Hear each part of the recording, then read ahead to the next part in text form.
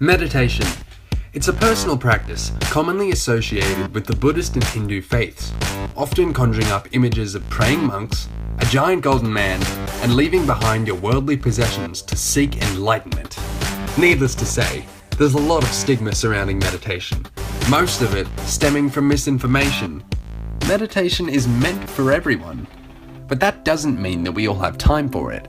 In our day-to-day lives, there is so much going on that most of us can barely set aside any of our free time towards seeking new endeavours.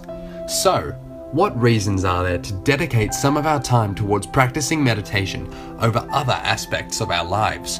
What sets it apart from other well-being practices? And is there any virtue to be gained for following the path of modern Zen?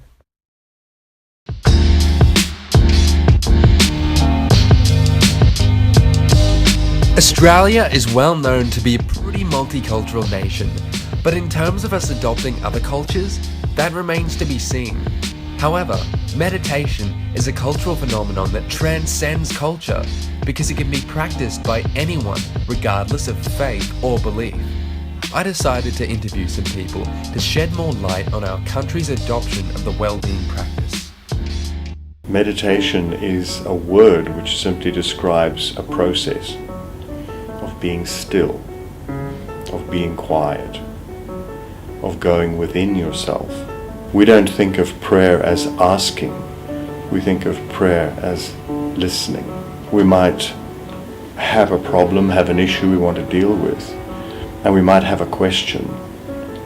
How do I deal with this? What should I think about this? And then what we do is we get still and we listen. I think it's something that you have to figure out for yourself. And I think people do it for different reasons, and I don't think there are any wrong reasons, because ultimately it's just spending time with yourself and centering yourself. You know, the chatter that goes on in your head all the time, you have to learn not to react to your jabber that's going on. Because if you start following the chatter, then you just keep chattering. I try and get into a space where I'm actually observing the chatter, and then gradually you find that it subsides. And the more the chatter gets out of the way, the more you can actually listen to the message that you might be getting. And it will always come back to telling you who you really are. What's your motivation for doing it? Is it to be validated externally by others? Or do you actually just do it to nourish yourself, to spend time with yourself and your thoughts, to slow down, to find that inner calm? Is it about getting that external validation, acclaim and recognition? Or is it internally about finding that for yourself, giving that to yourself? So what about the religious aspects of meditation? Is it a necessity to be spiritual or religious to meditate, or is it just optional? I know meditation has got this, I suppose, a connection with the Hindu religion or the Buddhist religion and so on. I don't see it as a religious practice. I see it as a stillness practice. So I'm a Christian. For me, when I meditate, it's just a word which describes getting still and praying. I think people, whatever they use it for, is right for them. Meditation is not just meant for one religion. It's meant for the human being.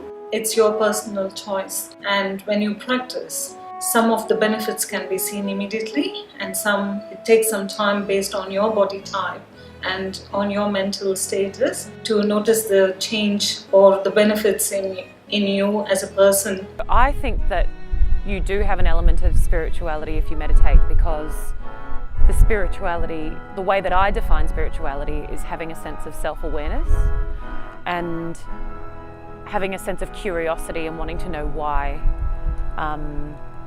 you behave in a particular way.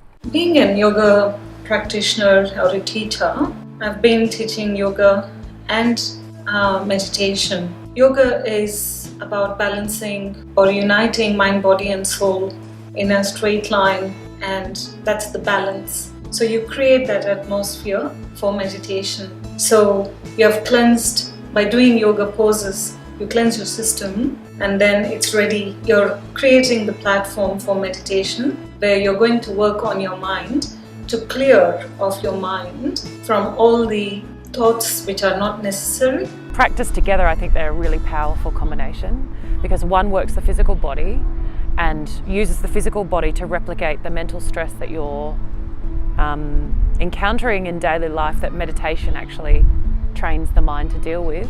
I think they are totally complementary and mutually beneficial.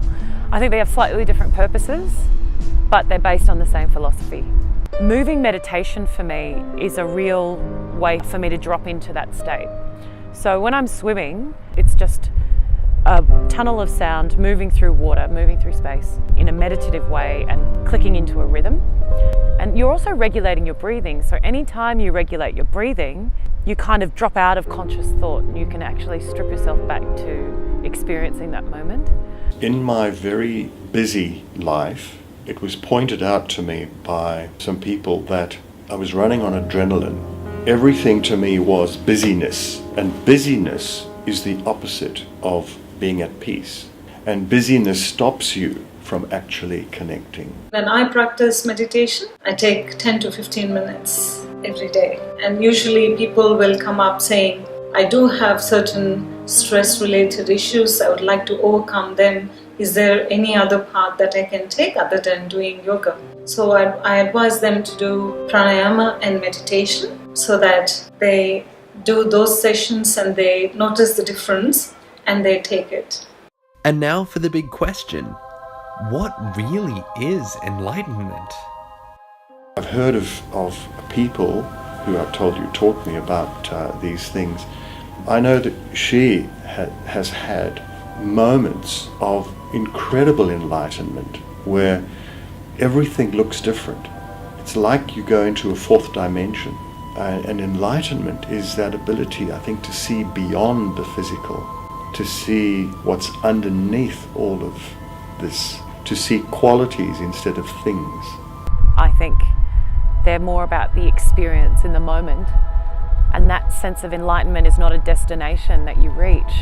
It's actually a state of being, so it's not as if you're striving towards somewhere like a journey. Not the only end part of meditation. It's very important, and once you achieve or attain enlightenment, you pass beyond that, and it happens in subconscious level. Again, it goes back to where you came from and what is the human being life all about. What's beautiful about it, I think, is that it's something that you do for yourself and by yourself generally, though you do it in a group as well. But it's not as if you would meditate to be seen. You know, I wouldn't want to get anyone to do anything. What I would simply do is, as I'm talking to you now, I say, this is what I get from it. You may get something completely different, but this is the benefit that I've got from it. This is the effect it's had on me. You've got to follow your own path, and every person has to follow their own path. I will never tell anyone they have to do this or they have to do that. They have to follow what seems to be right for them, for their next step. Our job is not to judge people. It's not to say you must do this. Our job is to just encourage people to be more loving, because that is really what all this life is about. It's about learning to be more loving.